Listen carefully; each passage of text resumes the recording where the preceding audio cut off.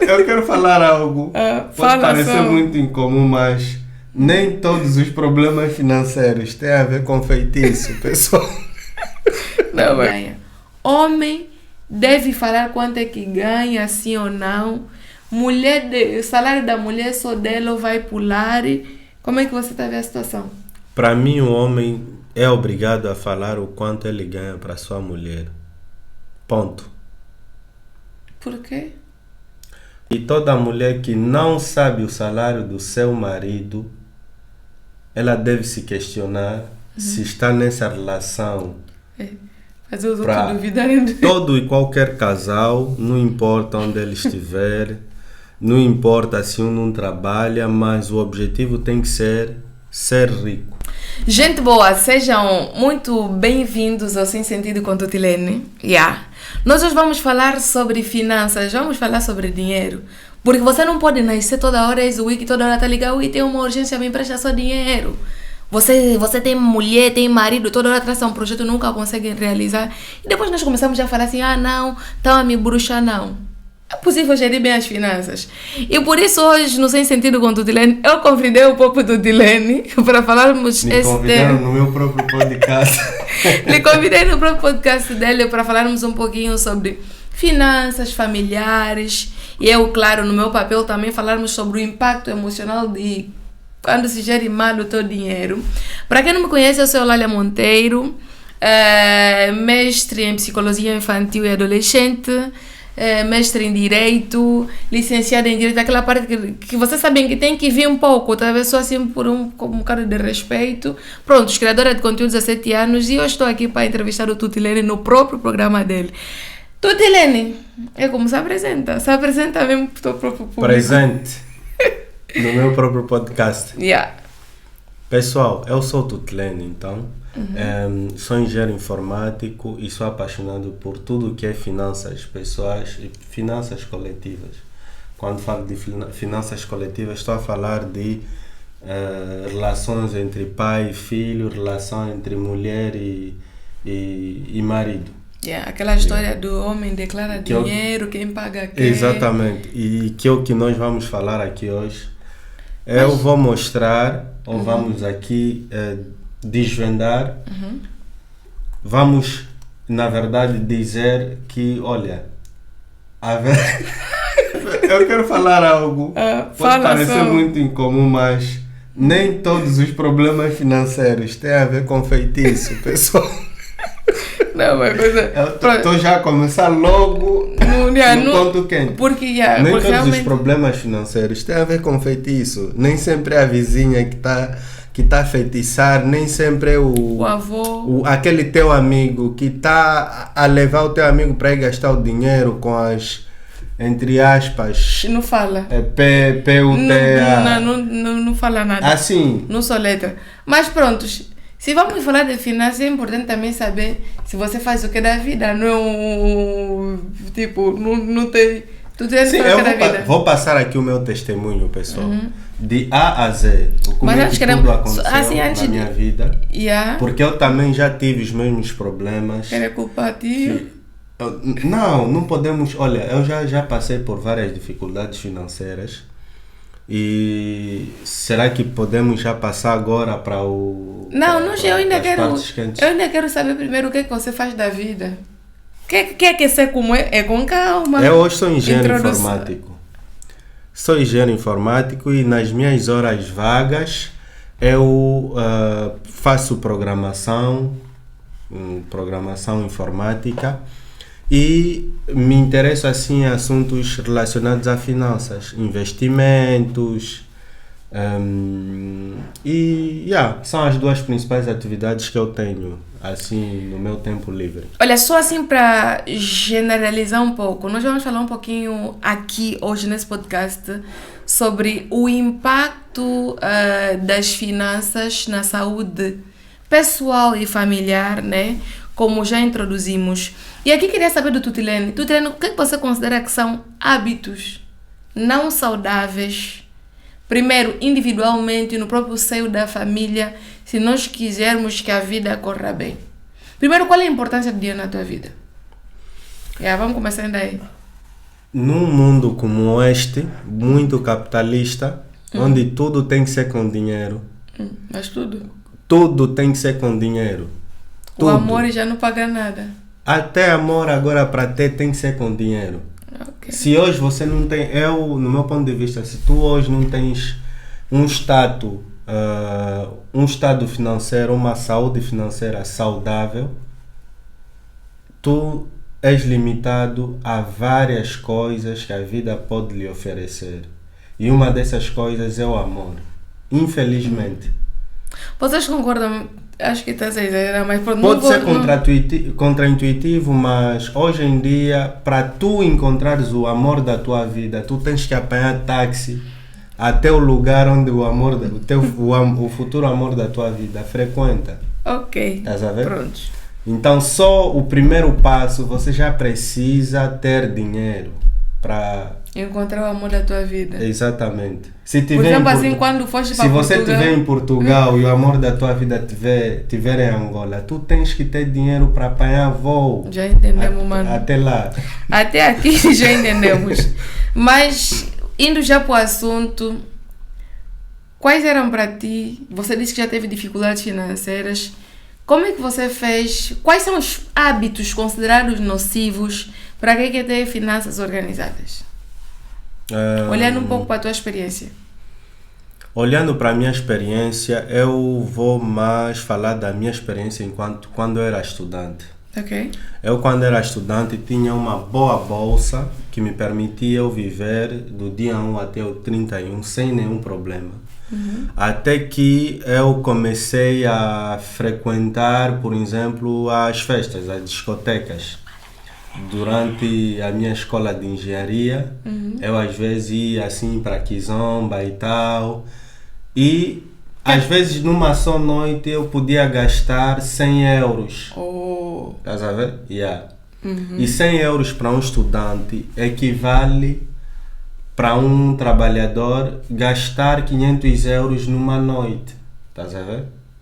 Yeah. E isso depois começou a pesar muito no meu bolso. Yeah. Quando começou a pesar, uma das primeiras coisas que eu fiz é começar a reduzir, a procurar razões, as razões negativas para não ir para lá. E depois o outro péssimo hábito é que eu quando fazia exercícios, porque ele era muito fininho. Exato. Esse corpo que estamos vendo aqui é resultado. Deixei de fazer Kizomba e deixei de ir para Kizomba, né? E passei a fazer exercício.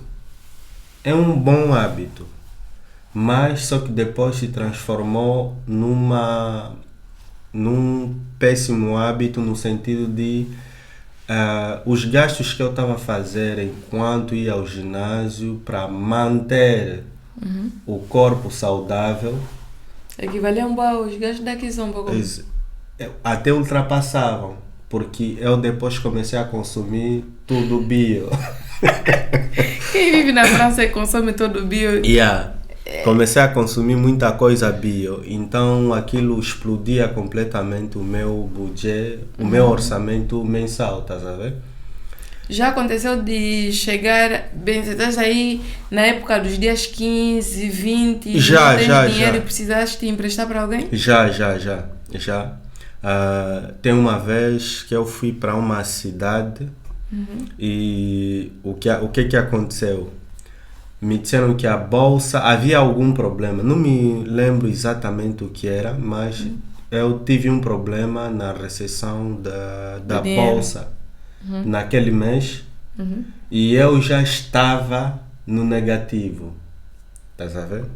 Para quem não entende, negativo é quando aqui em França existem alguns bancos que mesmo depois do teu dinheiro real terminar, te permitem você emprestar dinheiro. Você começa agora a cavar o teu buraco para se enterrar mesmo, para depois pagar com juros. Então eu não estava em casa, eu estava numa outra cidade, fui visitar alguém. E olha, honestamente foi o dia em que foi dos piores dias que eu já tive em França, porque daí eu tive que pedir empréstimo a um amigo de urgência. E o empréstimo que ele me deu equivalia a quase 30% da minha bolsa, o que fez com que o mês não terminou, mas a bolsa que estava a vir já estava comprometida.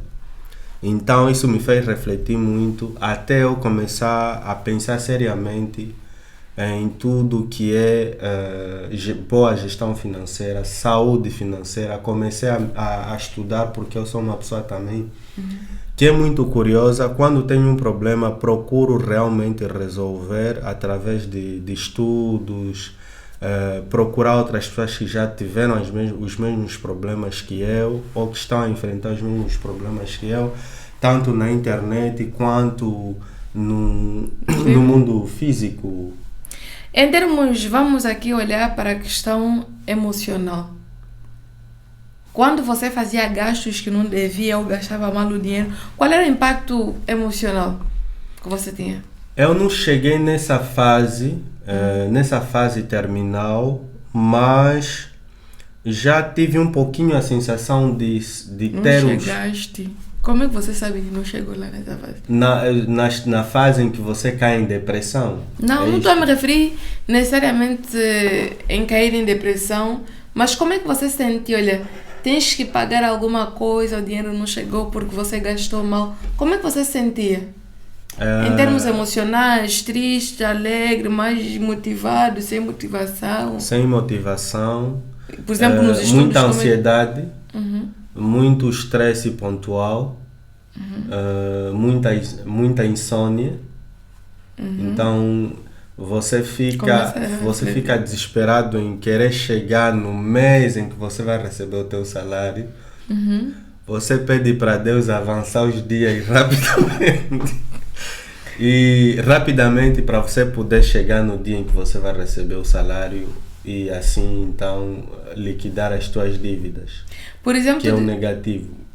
Pronto, sai do negativo. Tu, por exemplo, disseste que cortaste, né, a ida para as quizombas. Não teve aquele... uma coisa que você fez durante muito tempo. Era um hábito, os amigos que estavam habituados a te ver na quizomba. Esse afastamento da quizomba te gerou alguma falta, alguma pressão, alguma saudade, alguma dor? Ou como? Ou só começaste a inventar agora desculpa para justificar? Não, eu honestamente, na verdade é que foi uma coincidência, porque eu também já não estava mais a me adaptar com o ambiente. Foi numa altura em que eu também já estava a terminar os meus estudos, estava mais focado em outras coisas, e só coincidiu. Então isso não me fez muito mal em termos emocional. Olha, eu vou me permitir fazer aqui uma pergunta assim um pouco pessoal, não sei se me deixas. Sim, pode fazer. Permite.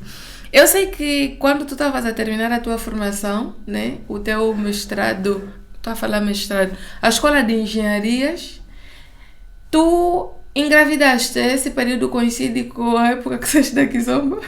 Sim, coincide. E por exemplo, em termos financeiros, aquela... É estudante, não trabalha, vamos dizer, ganha o dinheiro da bolsa, que eu não sei se estavam para cortar ou não. Vem uma gravidez, o que pressupõe o início de uma família. Como é que você, assim, gerir as emoções, as finanças? O que é que você fez? Acho que as pessoas deviam estar curiosas, mesmo teus amigos. Tutilene engravidou, ainda não trabalha, tem bolsa financeiramente. Como é que você fez para subsair dessa aventura? Eu acho que no fundo, eu já sempre gostei muito do meu bom estado de espírito, estás a ver? E essa parte da liberdade. Nessa altura foi uma época em que eu senti que eu estava a perder o controle da minha própria liberdade. O que significa dizer que eu estava a sentir que se eu não mudar radicalmente, eu vou perder certas liberdades e não vou ter estado de espírito para longos anos, estás a ver? Uma coisa que você quer falar que eu não perguntei ainda. Ou que você quer perguntar também, porque nós estamos aqui por exemplo, para conversar, estamos a ficar tipo, tá no purgatório. Tu fazes parte do percurso. como é que você lidou com essa fase das mudanças radicais que eu comecei a... Em termos familiares? Em termos familiares. Olha, eu acho que, puxa, no início... Não, houve aquela fase em que gastávamos, aqui olhando ainda para o âmbito familiar, porque tinha alguns hábitos que eram nocivos, no sentido de, quando começamos a viver juntos, tinha a questão de, no final do mês, íamos sempre por negativo. Quase sempre por negativo. Saímos, passeamos, fazemos, compramos e estávamos sempre no negativo. Não cumpríamos com as nossas metas. Ou bem dizer, nem estabelecíamos em concreto qual era a nossa meta ou como é que se podia partilhar a questão das finanças em casa. E tinha a desvantagem de que durante muito tempo eu não trabalhava, logo não trazia dinheiro para casa. E digo que lidei bem e mal porque chegou uma fase que você sentiu a necessidade, porque tu nessa parte financeira ele é melhor do que eu, sentiu a necessidade. Sem querer te cortar, eu acho que é importante, quando você está a se relacionar com alguém, é importante estabelecer, criar um diálogo. Estás a ver? Para melhor gestão financeira. Vamos chegar nessa parte. Deixa só partilhar essa experiência sobre como é que eu reagi. Eu reagi bem em algumas fases, né? Sobretudo quando você chegou e disse, vamos falar, estamos aí sempre por negativo, não é bom, isso me causa estresse, preocupação. E eu senti as consequências, por quê? Porque o facto de estarmos sempre no negativo retirava, como você diz, aquele teu estado de espírito. Exato. Algumas vezes ficavas mais irritado, outras vezes falavas muito pouco, outras vezes só estavas aí concentrado no computador a procurar soluções, mas em contrapartida, como algumas vezes não falávamos sobre o que está acontecendo, tipo, estás no computador, eu quero falar, não posso falar agora, então é no sentido de estar me desprezar, não está me dar atenção, não está me mimar, não está me amar, então eu ficava triste porque não conseguia entender de facto o que é que estava acontecendo. Sabia que tinha um problema porque você falou, mas essa tua procura, e principalmente na época que você chegou e disse, amor, chega. Nós temos gasto isso, e começamos a cortar custos de forma radical. Eu acho que aquilo é que... Eu me lembro que não reagi assim, não falei nada. Usei a lógica das nossas mães, mulher tem que engolir sapo. Vamos cortar isso. Quer dizer, eu estou a gerir de repente 800 euros, você está dizendo, não, vamos reduzir. Eu fiquei assim... Não, tá a brincar comigo. Mas eu acho que... Embora eu tenha ficado com muita raiva, fiquei com raiva, não expressei, mas fiquei com raiva e, no entanto, os resultados que foram surgindo foram muito benéficos. Agora você pode chegar à questão sobre a comunicação que você queria dizer. Primeiro é na tua visão. Homem, porque em Angola se diz muito que o homem não pode falar quanto é que ganha. Homem deve falar quanto é que ganha, sim ou não. O salário da mulher só dela vai pular. Como é que você está vendo a situação? Para mim, o homem é obrigado a falar o quanto ele ganha para sua mulher. Ponto. Por quê? Porque é uma questão de transparência. E toda mulher que não sabe o salário do seu marido, ela deve se questionar se está nessa relação. Fazer os outros duvidarem. Exato. Toda mulher, para mim, tinha que saber o salário do seu marido. Não importa. Para já, a partir do namoro, a partir do momento em que estás a namorar com alguém, e essa relação é sólida, normalmente, antes mesmo de você mudar para a casa do marido, antes mesmo de vocês casarem, você devia saber qual é o estado financeiro do seu parceiro e vice-versa. Mas estado financeiro supondo que seja estudante. Supondo que seja estudante pessoas que estão a namorar, são jovens ou são estudantes. Quando você diz saber o estado financeiro, parte do pressuposto que a pessoa trabalha ou não trabalha. Não, ali já não, a pessoa não é obrigada a saber, porque as consequências, as decisões financeiras que o homem toma ou a mulher toma, não são repercutidas no outro parceiro. Então... Não, mas você disse que desde o namoro é preciso que você saiba as finanças. Quando falo do namoro é quando as pessoas são noivadas. Se calhar podia especificar essa parte, né? Se tu és minha noiva, a partir de que nós vamos ser marido e mulher brevemente. Estás a ver?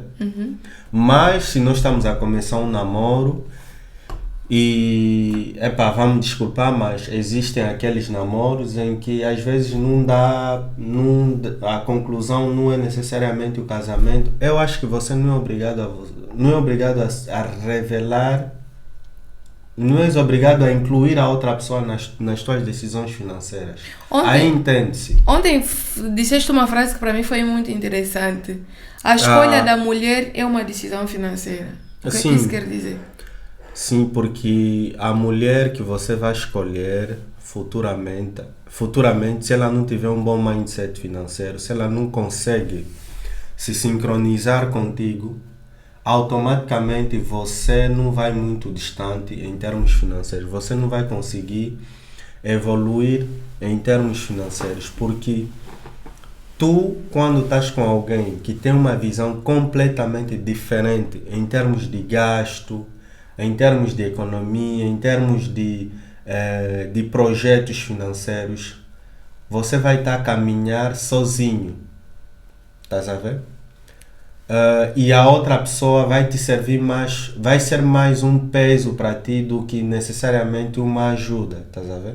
Então, a frase de escolher a tua mulher é uma escolha financeira que você também está a fazer.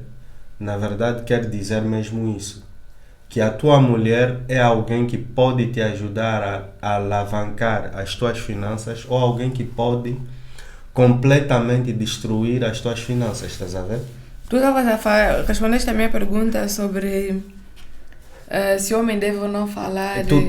Para já, tu achas que essa visão para ti, um homem, por exemplo, chegar para uma mulher e descobrir que essa mulher não tem a mesma visão financeira que ele e decidir simplesmente não, por exemplo, terminar com alguém por causa da visão financeira, da higiene dela financeira. Achas normal? Como é que é? Olha, eu considero... Como terapeuta, né? Do ponto de vista terapeuta. Não sei se você já teve casos do gênero. Olha, eu já atendi, na verdade, muitos casos em que os casais não estão em sintonias em termos de finanças. E, geralmente, essa falta de sintonia implica um faz dívidas que o outro não sabe, o outro descobre. Criam projetos financeiros, vamos comprar um cadeirão. E no meio do mês, o marido acaba por emprestar porque o amigo pediu. Ou seja, a pessoa faz uma dispersão financeira que tem várias implicações. Várias implicações dentro do próprio relacionamento. Então, eu acho que sim, é importante que nós, ao nos relacionarmos e sobretudo no namoro, concordo contigo, tenhamos a capacidade de começar já a falar de forma clara sobre finanças. Ter assuntos que sejam difíceis. Como é que vão partilhar? E falar de dinheiro muitas vezes nos relacionamentos é um grande tabu. Exatamente. É que fica aquela, todos nós estamos aí para o restaurante, mas ninguém quer saber de onde é que aquele dinheiro sai. Olha, de quem vai pagar. Deixa eu só completar aqui a ideia a questão que você me colocou. Eu acho que é muito importante que, sim, se você entende que aquela pessoa não está em sintonia contigo financeiramente, não adianta dar outros segmentos. E você me perguntou se eu já atendi. Sim, já atendi. E o que eu reparei é que as pessoas têm problemas constantes, porque determinam um objetivo, o outro não cumpre. E o que acontece? Começam a ter implicações emocionais. Uma pessoa não se sente ouvida, não sente empatia da outra parte. A falta de comunicação. Começa a gerar desconfiança. Exatamente. A irritabilidade, porque você fica irritado com cada ato do outro. E depois, para punir, você deixa de fazer o que agrada a outra pessoa. E essa falta de empatia, no sentido de entender e cumprir os objetivos, o que é que gera? Gera desconfiança. Tipo, eu não confio no meu marido porque de repente combinamos algo e ele simplesmente faz uma outra coisa. Daí sim é importante desde o namoro se falar sobre isso. E quando se vive financeiramente, sermos claros sobre as nossas finanças, exatamente para termos uma responsabilidade compartilhada. Se a Aurélia sabe que dos 100 kwanzas que nós vamos receber de salário, a missão é distribuir, comprar um cadeirão, comprar uma arca, comprar a geladeira, pagar a escola do filho, fazer isso, depois trazermos o dinheiro dentro de casa. Essa mulher tem a responsabilidade no sentido de não vai vir cobrar peruca. Não, claro que não. Exatamente, porque ela sabe quanto é que se ganhou, como é que se gastou, viu as coisas acontecerem. Então as cobranças da pessoa, a menos que seja doida, porque tem sempre como sermos malucos, né? Estamos no nosso momento de loucura e queremos, mas a partir da pessoa entende, porque você lhe faz participar, porque tem muitas vezes essa desconfiança, meu marido tem mesmo dinheiro. Eu acho que a inclusão financeira é algo muito crucial.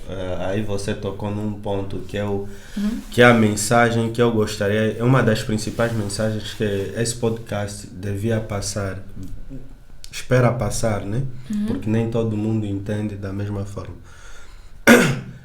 Acho que todo parceiro, principalmente aquele que tem mais domínio, deve fazer inclusão financeira na sua parceira. Por quê? Porque às vezes nós tomamos decisões financeiras e quando não incluímos a outra parceira, automaticamente ela não vai entender os teus gastos. Ah, não, mas eu comprei o cadeirão, já te falei, mas às vezes a forma como você lhe falou, não houve nenhuma transparência. E quando falo transparência é do tipo, de onde é que saiu o dinheiro? Para onde é que vai o dinheiro? Como é que vai se gastar? Qual é a parte de cada um no produto que vai se comprar, estás a ver?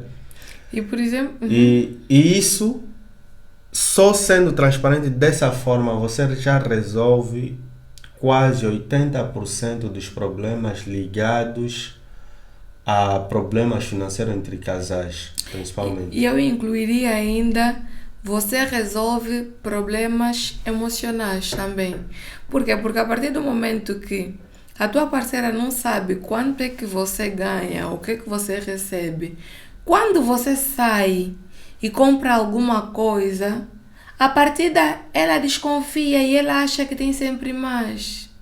E quando ela desconfia das tuas finanças ou acha que tem sempre mais, porque nós as mulheres temos a mania de achar que o marido tem sempre mais dinheiro do que ele falou, o que ela vai fazer? Ela vai começar a te fazer cobranças. E essas cobranças têm implicações. Você fica irritado. E quem fica irritado tem um encargo emocional. Você ficou irritado, às vezes saiu, foi andar, se bateu numa pedra, tem mais consequência. Fora do emocional, tem mais uma consequência física. Você não consegue ter um sono de qualidade. Começa a ter insônia porque você está pensando, essa minha mulher não me ama, não sei o que, não me compreende, não me faz. Ou seja, por conta de uma omissão ou por conta da falta de transparência, surgem outros problemas. Agora aqui uma pergunta que, sem dúvidas, alguns homens acham que só eles têm que fazer e mulheres estão a discutir por direitos iguais. Não sei qual vai ser a vossa opinião e deixem aí nos comentários. Quem você acha, na tua visão, Tutilene, que deve gerir as finanças de casa? O homem porque é o líder da família, porque é o homem porque usa as calças, ou a mulher também pode assumir o controle das finanças de casa?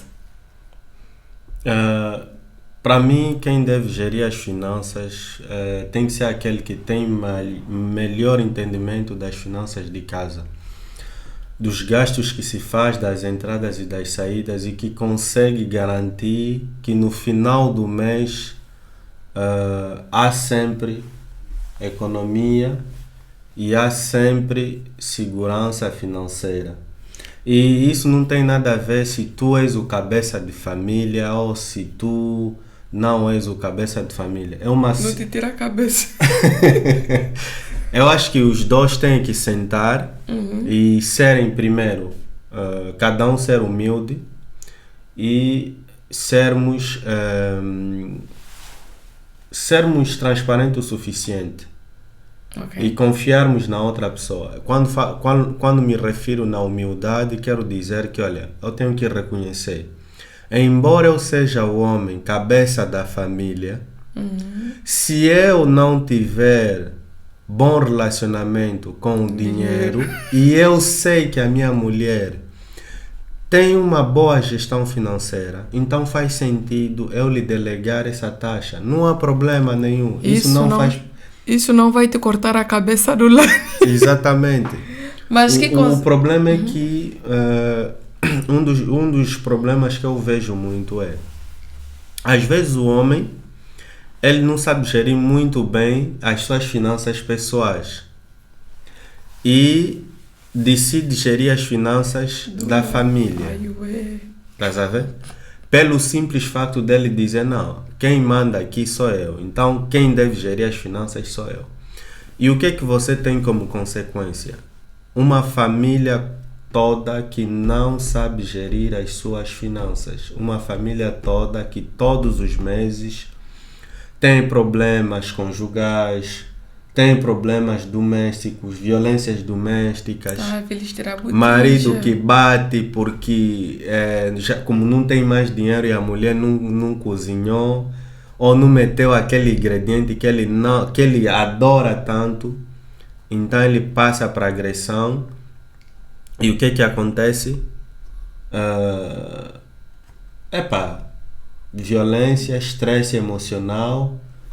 E o que é que você tem para dizer para os nossos manos que acham que mesmo quando ele não entende de finança tem que gerir, porque senão se a mulher tiver a gerir o dinheiro, o ego dele vai estar ferido? Eu acho que o fato de você delegar essa parte na tua mulher, isso eu estou falando nos casos em que a mulher sim, a mulher que é boa nisso. Em vários casos. Isso não te faz perder os teus níveis de testosterona. Não se preocupa, homem. Você é o leão, não há problema. Estás a ver? Então, é só admitir que, olha, a minha mulher pode ficar com essa parte. E vice-versa, ou seja, eu posso também fazer o mesmo paralelo. Quando você sabe que tens uma boa gestão financeira e a tua mulher não é boa naquilo, porque também tem o lado negativo de mulheres, o perfil negativo na parte feminina, que é de mulheres que todos os meses têm sempre uma peça para comprar. Todos os meses. O carrinho da Shein nunca acaba. Não vou parar nessa coisa, só vai ter que acabar, tá longe demais. O carrinho da Shein nunca termina, tem sempre uma lista aí. Então, eu acho que essa parte, neste cenário, faz sentido o homem tomar conta das finanças. Até porque, naturalmente, os homens têm menos gastos, estás a ver? Pois. E acho que isso é que também explica o fato da maior parte das famílias terem o homem como um gestor financeiro. E, por exemplo, ainda olhando para a terapia, e uma das recomendações que eu costumo dar, porque existem muitos homens que não dão porque o amigo lhes diz, hoje é tua mulher que gera o dinheiro, e ele se vê obrigado a mostrar, a provar para os amigos que ele é o macho e assume o controle de coisas que ele não consegue gerir. Meus irmãos, a mulher ou o homem que você escolheu na tua vida deve ser a prioridade. Porque se você cair, ele cai também. E se você subir, ele também sobe. Se eu tiver dívida, os meus filhos, a minha mulher tem dívida. Exatamente. A dívida é compartilhada. Então é importante. Por isso é que se diz na saúde e na doença. E quando você tem uma dívida, a dívida é compartilhada. É compartilhada. Então é preciso que você mesmo dentro do relacionamento também escolha quais são as tuas prioridades. Se os teus amigos que estão a se relacionar contigo, pega as tuas coisas e vive com eles. Se é a tua esposa ou o teu esposo, então decisões financeiras precisam ser mesmo tomadas o casal. Sentar, conversar, estabelecerem e cada um assumir a posição daquilo que é bom você não entende de finança, não pensa que se entregar na tua mulher vão te cortar a cabeça, já não és a cabeça do lar. Não, a cabeça vai continuar. Agora, tu, Tilene, o que você acha que está na base, né? Você acha que as finanças influenciam os fins dos casamentos? Sim. As principais razões que eu posso aqui mencionar são as dívidas ocultas do parceiro ou da parceira, os gastos excessivos de um deles, a visão que cada um tem das finanças, porque pegando o ponto, né, são 3, eu menciono aqui 3, mas tem outros também. Mas esses 3 são os que são mais visíveis para mim. Pegando as dívidas ocultas, é que há parceiros que fazem dívidas, às vezes ele tem esse vício de jogar, e naquela dele jogar, ele vai contraindo dívidas. Como é uma atividade ou um vício que ele tem e que lhe faz muito mal assumir para a mulher que ele tem esse problema, então ele faz isso às escondidas. E o que é que acontece no final? É que a mulher descobre na pior situação, quando a dívida já é tão grande que a polícia já está aí na porta, o teu marido tem dívida com fulano de tal. Estás a ver?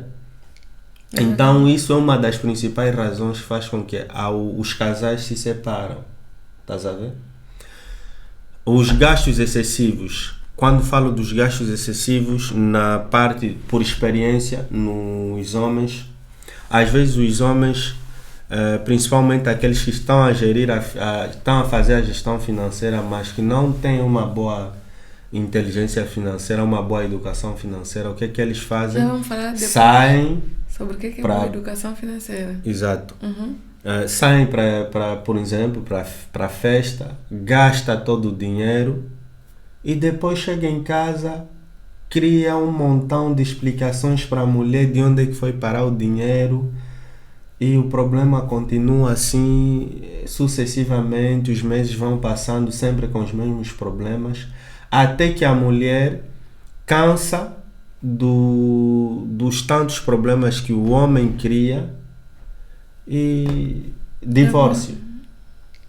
Eu acho que tu melhor do que eu, que recebes sessões de casais, se calhar podes argumentar essa parte do fato das muitas mulheres saírem mesmo dos relacionamentos por conta de comportamentos financeiros dos seus parceiros repetidos. Estás a ver? Até nem vamos falar, por exemplo, homens que não querem trabalhar. Também isso é um problema, porque a liberdade financeira começa mesmo já a partir do momento em que você decide trabalhar. E, por exemplo, ou a boa higiene financeira, né? Pela experiência que eu tenho de muitos atendimentos, é que muitas mulheres perdem a admiração pelos homens pelo fato deles não se esforçarem. Perdi o emprego. Perdeste o emprego quando? Perdeu o emprego pessoas perdeu o emprego há 15 anos. E desde aquela época você não procura fazer nada. O que é que acontece? A mulher perde a admiração. Quem diz perder a admiração, diz perder a excitação. Ou os casos em que o homem estabelece metas e nunca cumpre. Exato. Sabe? Então, finanças, transparência, conversarem. Aqui falarmos sobre um ou outro ponto. Planejamentos. Como é que um casal pode fazer para de facto planejar objetivos na família? Como é que se pode fazer? Eu não sei se minha pergunta está boa, mas como planejar as finanças de casa para se evitarem exatamente as dívidas, os empréstimos e assim. Sim. A receita. O feitiço. Olha, tem uma regra que é de 50, 30, 20. 50, 30, 20 significa que no teu salário, 50% tu dás nas despesas de casa 30% tu economizas e 20% tu reservas para o lazer, para tu gastares. Ok. Porque estamos aqui a falar das finanças desde há um bom tempo já durante o podcast, mas eu quero dar também uma outra visão que ter uma boa saúde financeira não significa dizer que você vai parar de gastar com prazeres. Não. Ter uma boa gestão financeira significa dizer que você vai gerir o teu dinheiro de forma inteligente. Por exemplo, nos 50% do teu salário, vamos supor, tu ganhas 1.000 euros. Uhum.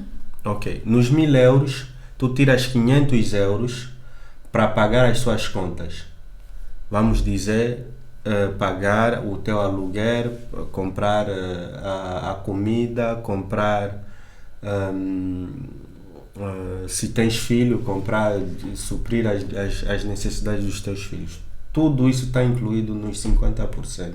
Uhum. Os 30%, que nesse caso seriam 300 euros, tu vais guardar. E os óbitos, por exemplo, contribuições de casamento, eu mexo em que dia? Os óbitos, contribuições de casamento, se não foram previstos, óbito vou colocar de parte, mas contribuições de casamento, se alguém não te disse, olha, eu vou me casar no próximo mês ou daqui a 3 meses, e vem no final do mês porque sabe que o teu salário já caiu, tá te dizer, olha, vou casar daqui a uma semana, e tu não tinhas isso previsto no teu orçamento, tu não és obrigado a dar. Ou não te sintas mal se tu não dares, porque tu tens as tuas prioridades, aquela outra pessoa também tem as suas prioridades. Então é o que eu digo sempre: a tua urgência não é a minha urgência, estás a ver? O teu problema pode ser urgente para ti, mas o meu problema, o teu problema pode ser urgente para ti, mas não é urgente para mim, estás a ver? Então, essa coisa de vou fazer aniversário, contribui aqui sem aviso prévio, não funciona. Quando se trata de óbito, sei lá, alguém está doente, foi para o hospital, essa poupança, na realidade, serve para isso. Um fundo emergencial. O fundo emergencial serve para isso. Okay. Alguém querido que está numa situação muito difícil no hospital e tu já tens uma poupança, tu podes utilizar esse dinheiro. Assim. Agora, os 20% é para tu, por exemplo, comprares um bom livro, ires para o cinema, comprares uma boa... Pensei vai falar pagar carro da Shein. Pagar carro da Shein faz parte também, estás a ver? Então, é dessa forma que eu acho que eu, pelo menos, evangelizo a todos os meus próximos quando recebem o seu salário. E pode ser também a bolsa, né? Não só o salário. O estudante também precisa gerir dessa forma o seu dinheiro. Todo e qualquer casal, não importa onde ele estiver, não importa se um não trabalha, mas o objetivo tem que ser rico. Aqui vão já ser próspero, não é pecado. Ser próspero. Yeah. Porque não vão começar a discussão, riqueza, não sei o que. Dinheiro é importante. Ser próspero, pelo menos. E o primeiro passo, dependendo dos dois, se os dois têm uma boa educação financeira, ok, tá bom. Se um deles tem uma boa educação financeira e a outra não, então essa outra pessoa deve ensinar a outra a ter uma boa educação financeira. Até é melhor do que mergulhar nos livros, ou na internet, porque também isso deixa a pessoa confusa. E nada melhor do que ter alguém que é o nosso parceiro para nos ensinar esses todos os métodos, estás a ver?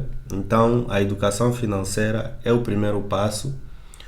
A outra, uma vez que a pessoa se educou financeiramente, ela também tem que criar ferramentas que lhe ajudem, que vão lhe ajudar a manter a sua saúde financeira. E uma das ferramentas que eu utilizo é o Excel. O Excel. Ok.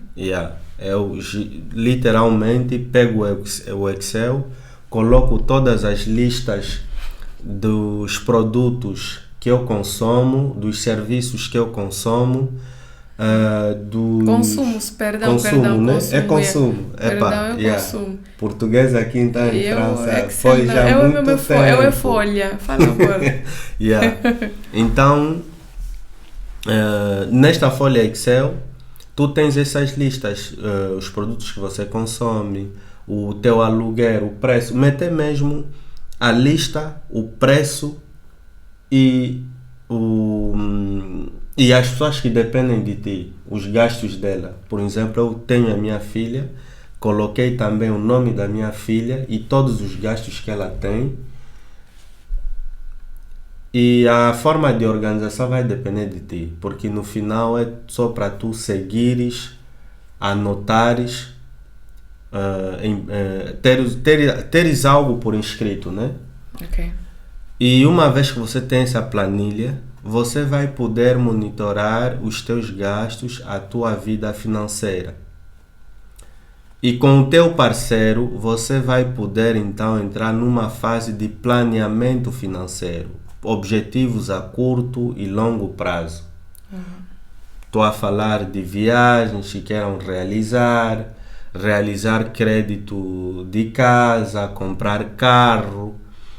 É desta forma, nesses 3 pontos, em que você pode fazer uma prevenção de situações indesejadas. Desagradáveis.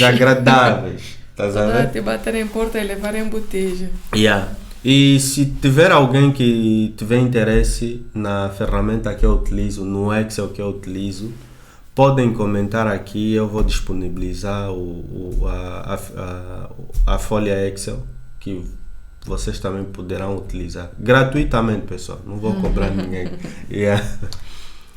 Eu já prefiro mesmo folha de papel. Por acaso, Eulália, nas tuas terapias, eu fico curioso em saber... Nunca fica curioso sobre as minhas terapias.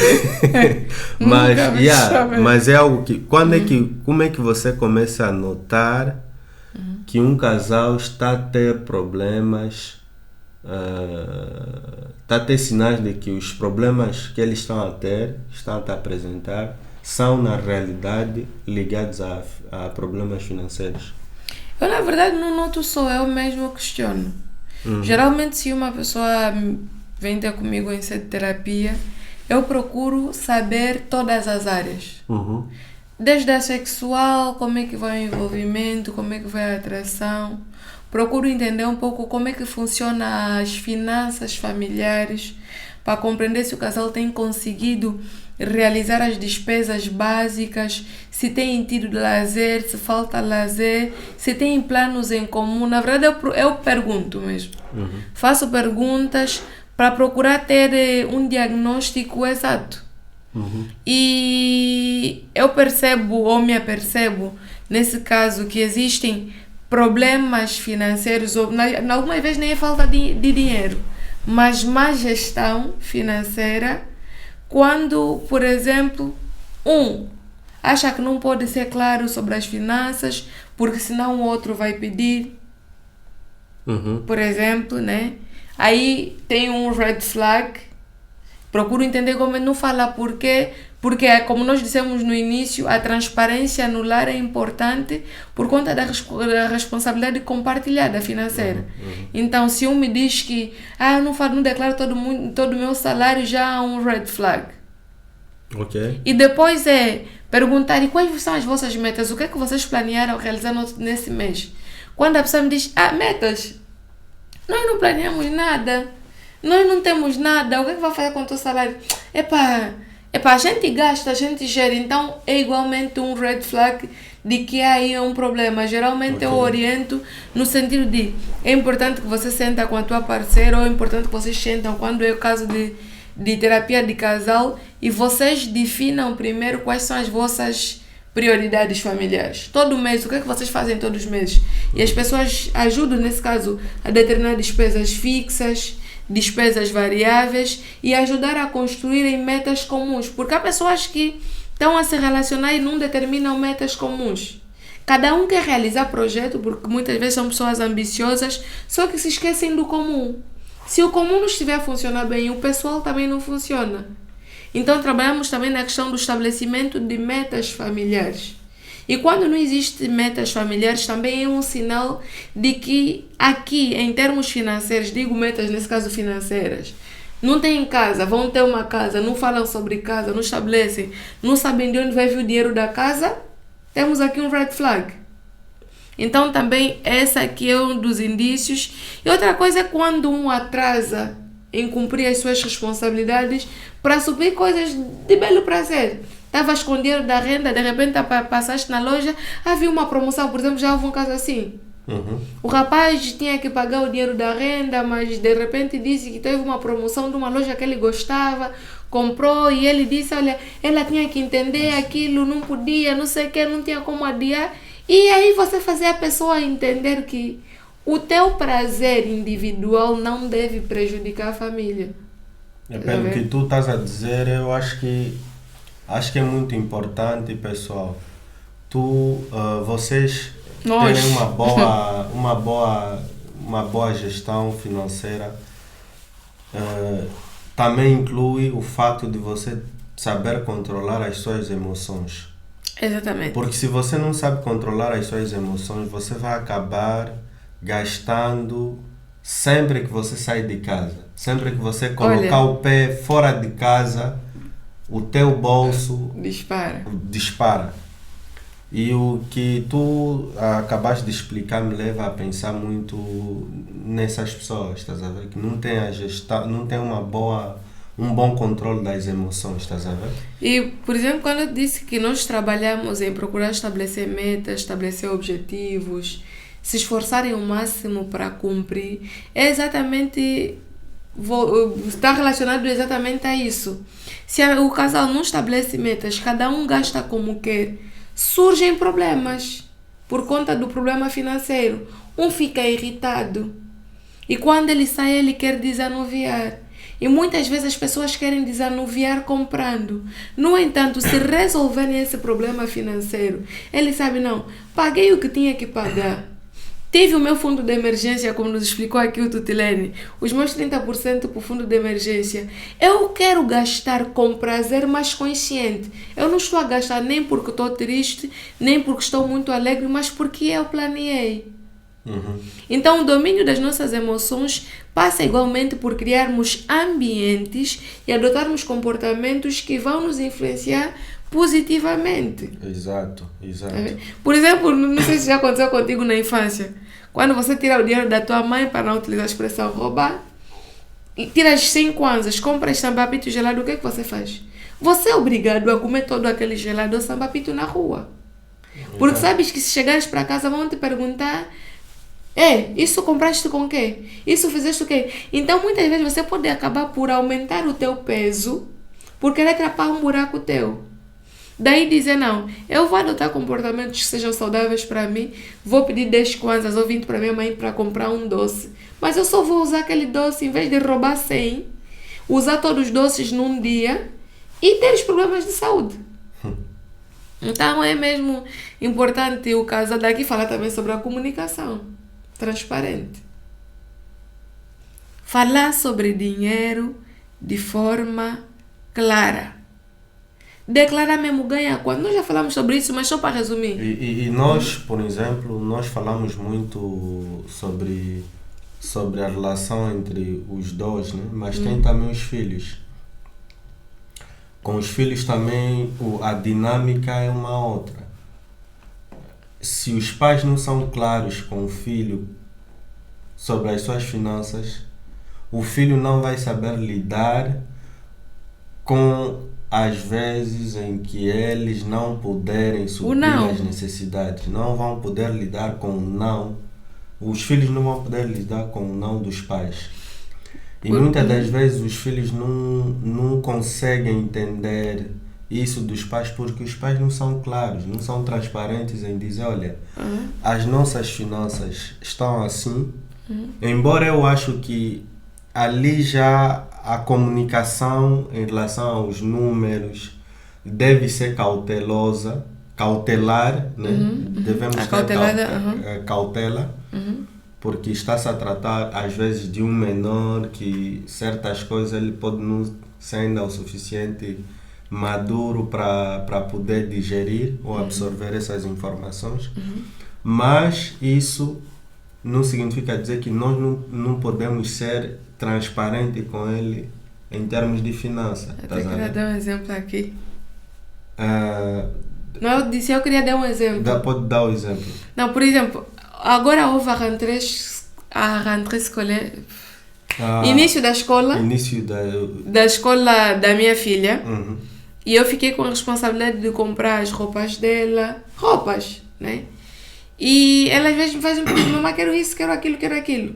Eu fiz questão de lhe dizer, olha, Leônia, nesse mês a mamãe vai ter a missão de comprar as roupas para a Leônia, vamos juntos, vai escolher o que você quer e tudo mais dentro das nossas prioridades. Mas depois disso, essa outra coisa que você quer, o nunurso que dança dessa forma, o urso que dança, vamos comprar no outro mês.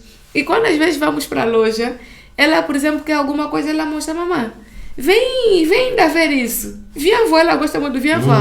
Ela mostra alguma coisa. E eu, por exemplo, digo que, mas sabes que não podemos comprar? Ela já diz, não. A mamãe me explicou, não é para comprar, seja isso por vó. Yeah. Por quê? Porque ela ganha a consciência de que, olha, os meus pais me explicaram qual é os limites, depois, porque recentemente fomos passar as férias em Portugal e tudo mais, saíamos, comíamos toda hora, e quando você lhe explica, você diz, não, as crianças entendem, tá vendo? E, por exemplo, o Tutlene gosta muito de fazer... E também isso lhes ensina a saber escolher, porque por incrível que pareça, escolher é uma das coisas muito mais difíceis que existe. Porque você precisa tomar uma decisão. Exato. E quando uma criança, você já lhe habitua a escolher entre sei lá, a gasosa, a Coca-Cola e a Pepsi, quando ela se tornar adulta, ela vai saber tomar boas decisões, dizer que não, neste momento eu não tenho dinheiro para me dar o luxo de comprar esse produto, então vou me contentar com isso.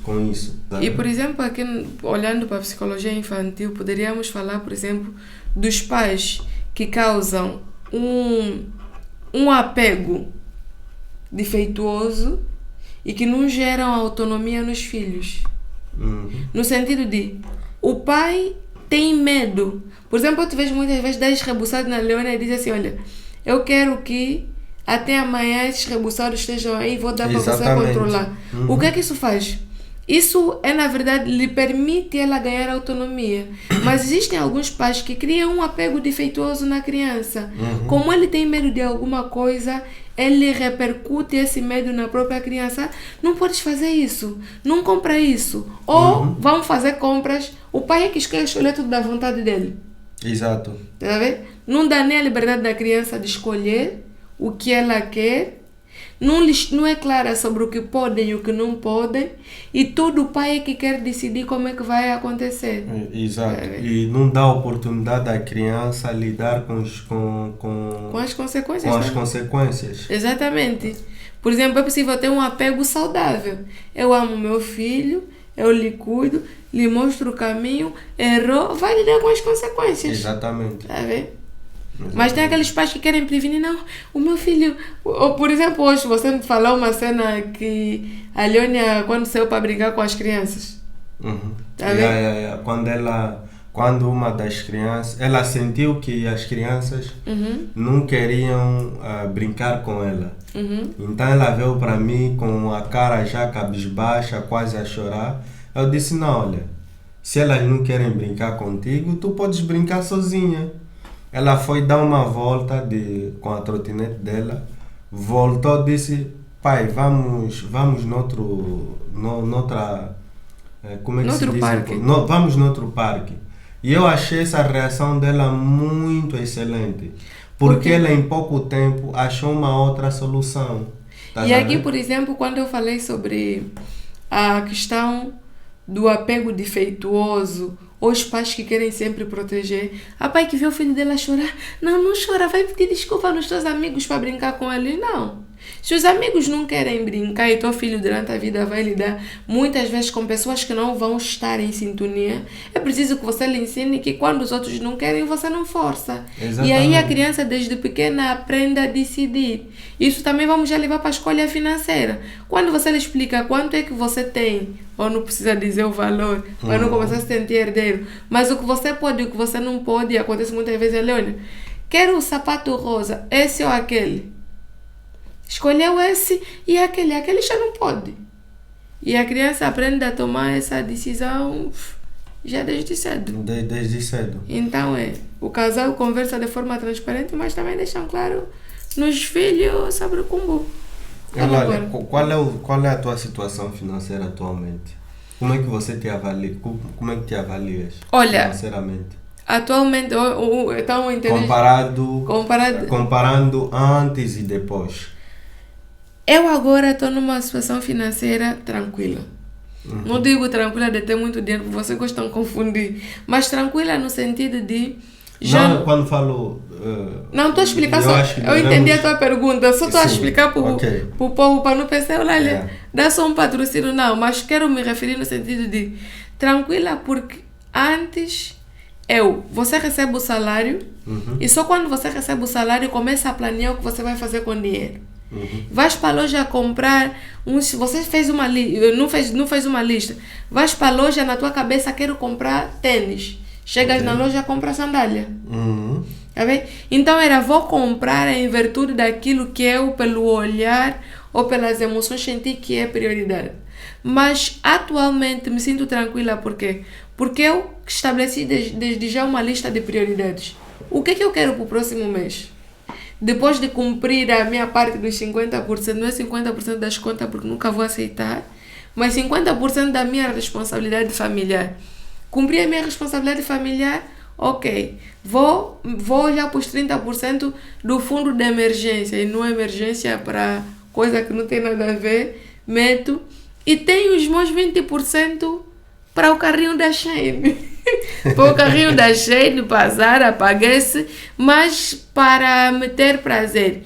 E isso me ajudou a ter tranquilidade, porque primeiro provar para mim mesma que eu consigo gerir as minhas emoções. Aprendi, sobretudo, acho que há uns 3 ou 4 anos que eu faço terapia, então eu aprendi a gerir as minhas emoções. Eu não compro só porque tem promoção. Porque às vezes na promoção vendem coisas que você não precisa. É resistir, porque eu falo, é sobre resistir. Você entender, me dá vontade de comprar isso. E você tira algum tempo para refletir. Quero comprar isso, é minha prioridade. Eu posso comprar sem endividar o meu próximo salário? Não posso. Então, se eu não posso, eu não compro. Não compra, sim. Por exemplo, se fala muito, olha, você em vez de falar como tens de comprar umas perucas para matar. Tipo, peruca vai exigir comprar uma boa peruca de qualidade, vai exigir tratamento da própria peruca, que tens que ir mais fora para tratar, vai exigir tempo. Você fala, não, acho que não é a minha prioridade agora. Eu gostaria, porém, para ter isso, pessoal, a peruca é um passivo, não um ativo. Exatamente, você diz, peruca é passivo, não é ativo, mas vale comprar algo que vou investir nos vídeos, mais isso, vou comprar algo que vai mudar o meu cenário de terapia, vou comprar uns blazers que... Então, vou investindo de forma mais organizada. E uma dica que tu, por exemplo, me deste, ainda olhando para as listas, que super funciona ao comprar ainda mesmo as minhas roupas, porque antes é só, foste para a loja, acho que quero saia, acho que quero vestido. Agora não, eu determino, quero ter X número de calças.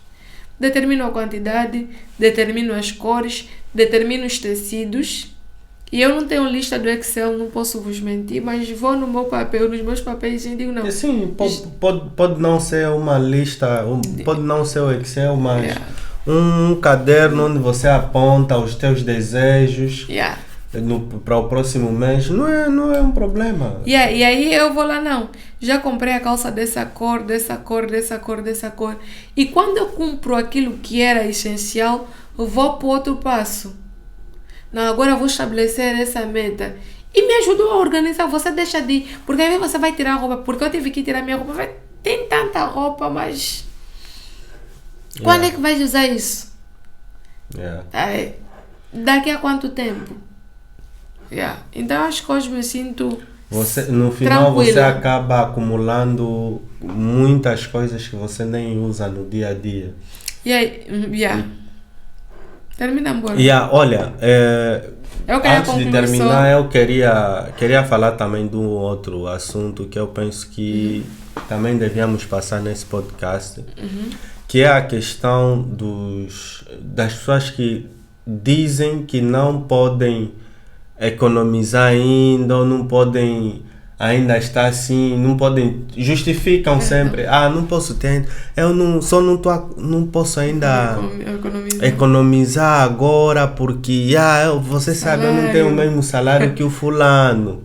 Não, o problema não é o teu salário, o problema é a tua organização, o problema está na tua organização, na tua metodologia, estás a ver? E não quero fazer porque muita gente justifica o facto dele ter uma péssima vida financeira pelo facto dele ganhar um péssimo salário. Não.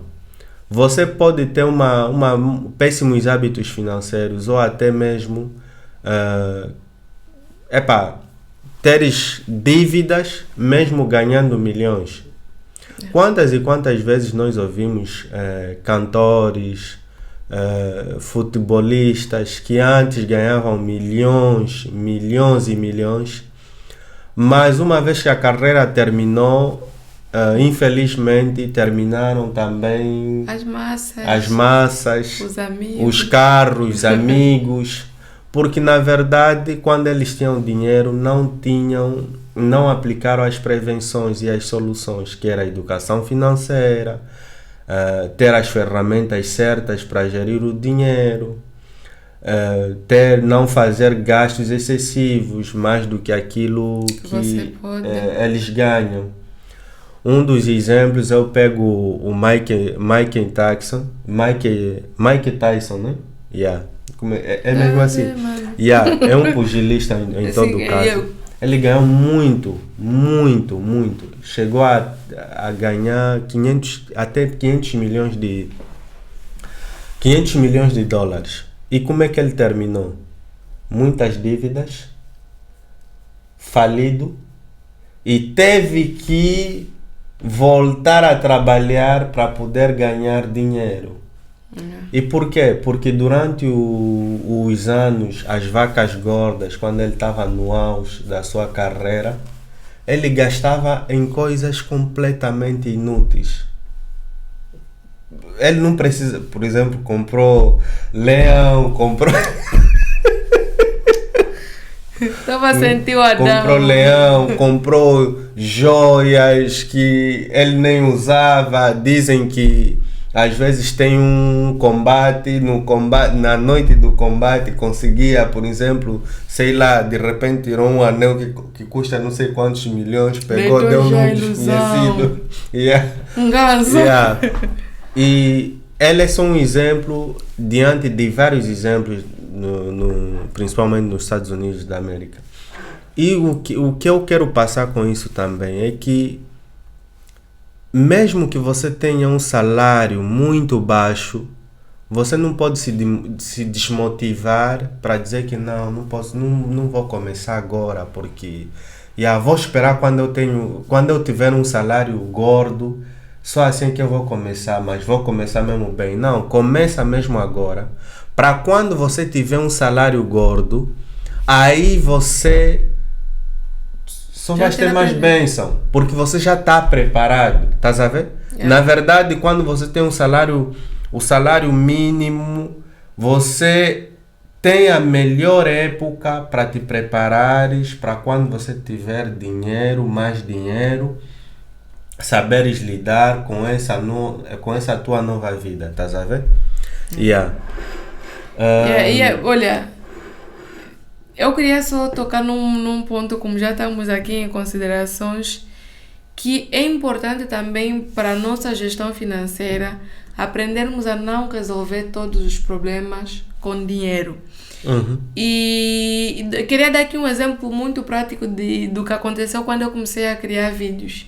É pela vontade de ter vários seguidores e a questão das comparações, fulano tem, faz o mesmo tipo de conteúdo, já tem, eu também quero pagar para ter muitos seguidores, que às vezes são seguidores robotizados ou assim.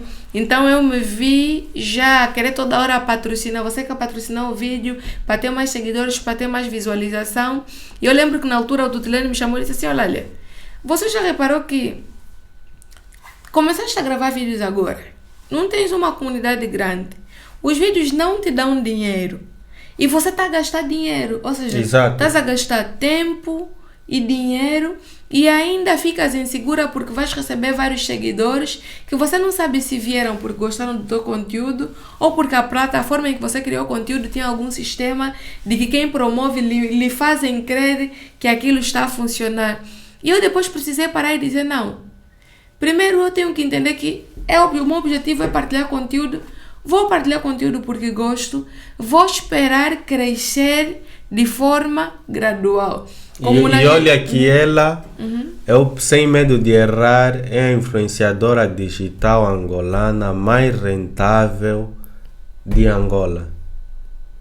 O custo-benefício, o custo de entrada para começar a criar vídeo que ela teve foi muito, muito baixo. Eu não conheço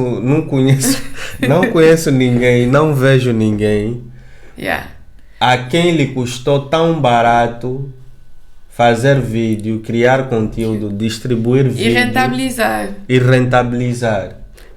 E se quiserem um segredo, pessoal, me contactam. Porque realmente depois eu lembro que gastei no máximo 50 euros, depois eu disse não. Exato. Eu vou trabalhar para criar conteúdo. Sabendo que há pessoas, por exemplo, que às vezes ele gasta tanto dinheiro, publicidade do vídeo, às vezes estás a começar... Boa de dinheiro para roupa. Exato. E tu, no final das contas, terminas com o quê? Às vezes ficas muito estressado, porque estás a ver que estás a gastar muito dinheiro e não estás a ter resultado. Não, continua a trabalhar sem necessariamente você gastar tanto dinheiro. Não, porque hoje eu me vejo, 150 mil seguidores que são pessoas que consomem o meu conteúdo, não lhes paguei. Exatamente. Vieram, se identificaram. Tu não compraste inscrito para ficar aí a amaciar o teu ego. Exatamente. É o que infelizmente acontece. E você diz assim, trabalhei e como você disse, quando você começa a aprender a gerir pouco dinheiro, quando muito chegas a aprender a gerir, como eu aprendi, vou criar conteúdo é assim, preciso aprender isso, preciso me esforçar. Você começa a se mexer de uma forma que você ganha certas habilidades que dizem assim, se eu precisar recomeçar, eu sei como recomeçar. Exatamente. E depois chegou uma fase que eu disse assim... você tocou num ponto muito importante. Muito importante. Deixa já para concluir. Depois eu disse, eu só quero ter os seguidores que vão se identificar. Não quero... vai se desinscrever, que se desinscreva. Exato. Mas se ficar aí é porque alguém que se identifica com o conteúdo, se identifica com a vibe também, fruto do Espírito Santo, não tem como. Fala, amor. Não, eu na verdade quis tocar num assunto que você falou que eu acho muito importante, que é do recomeço. Quando você sabe lidar com a tua realidade, você vai saber lidar com a mesma realidade quando um dia você cair. O que é que eu quero dizer com isso? Acho que fui claro o suficiente. Espero que eu tenha sido claro o suficiente. Eu entendi, pelo menos. É que há muita gente, como ela não conseguiu seguir o processo, que é o caso das pessoas que fazem dívida porque quer algo urgente, quer aquilo já, estás a ver? Quer a casa já, mas não sabe como é que se gere uma casa, os gastos que estão ligados ao sustento de uma casa e tal, as reformas e tudo. Então ela toma a decisão de forma emocional. E o que é que acontece? Amanhã, quando você tem que resolver os problemas, e os problemas às vezes não há emoção, tem que ser com a razão, estás a ver? Então a pessoa não consegue lidar com isso, ele cria estresse. Eu, por exemplo, presenciei um evento, né, de uma minha ex-colega de empresa. Ela estava num processo, estava à espera, né? Estava num processo de demissão, de demissão involuntária. E ela estava a me contar que estava meio estressada, um pouquinho desesperada, porque ela tinha acabado de nascer, dar à luz, e tinha acabado de fazer um crédito, ela e o seu marido.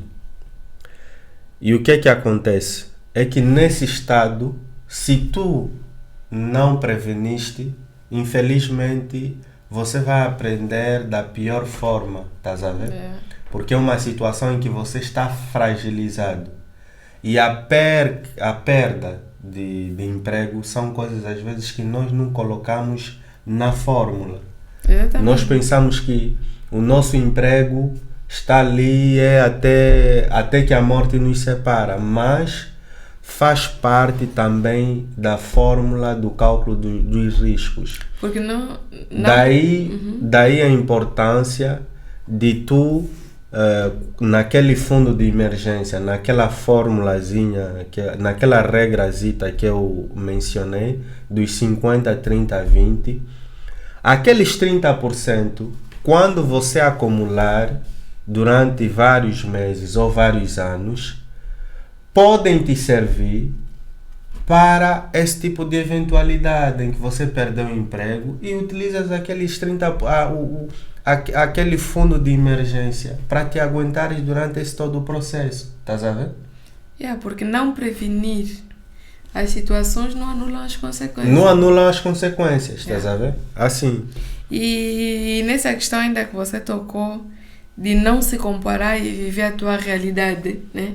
A realidade financeira me fez lembrar um episódio quando eu comecei a gravar vídeos, e quem for ver os meus vídeos mais anteriores vai ver a imagem, a roupa, as perucas, que alguém chegou lá e escreveu bem feia, vídeo gato, som podre, tudo podre. Eu fiquei assim, tipo, realmente é uma coisa que tinha mexido comigo. Eu fiquei tipo, eu só quero partilhar conteúdo, e vi alguém que diz assim, imagem podre, cabelo podre, vídeo podre, som podre. E fica assim, tipo, será que vale a pena continuar a produzir conteúdo enquanto eu não tenho os materiais? Até que eu fiquei assim a criticar os meus pensamentos, fiquei na autocrítica, depois disse, não, essa é a minha realidade. Exato. O som podre é do meu telefone, as roupas podres são as minhas, a tal peruca podre que estão a falar é a minha. Mas hoje ele continua com comentário podre. Ele comentou com com o comentário dele podre, e 7 anos depois eu evoluí. Exatamente. A evolução chegou. Exatamente. Então, é mesmo no sentido de melhor se comparar com o que você foi ontem. É muito assunto nesse podcast. Muito assunto, né? Já acabamos.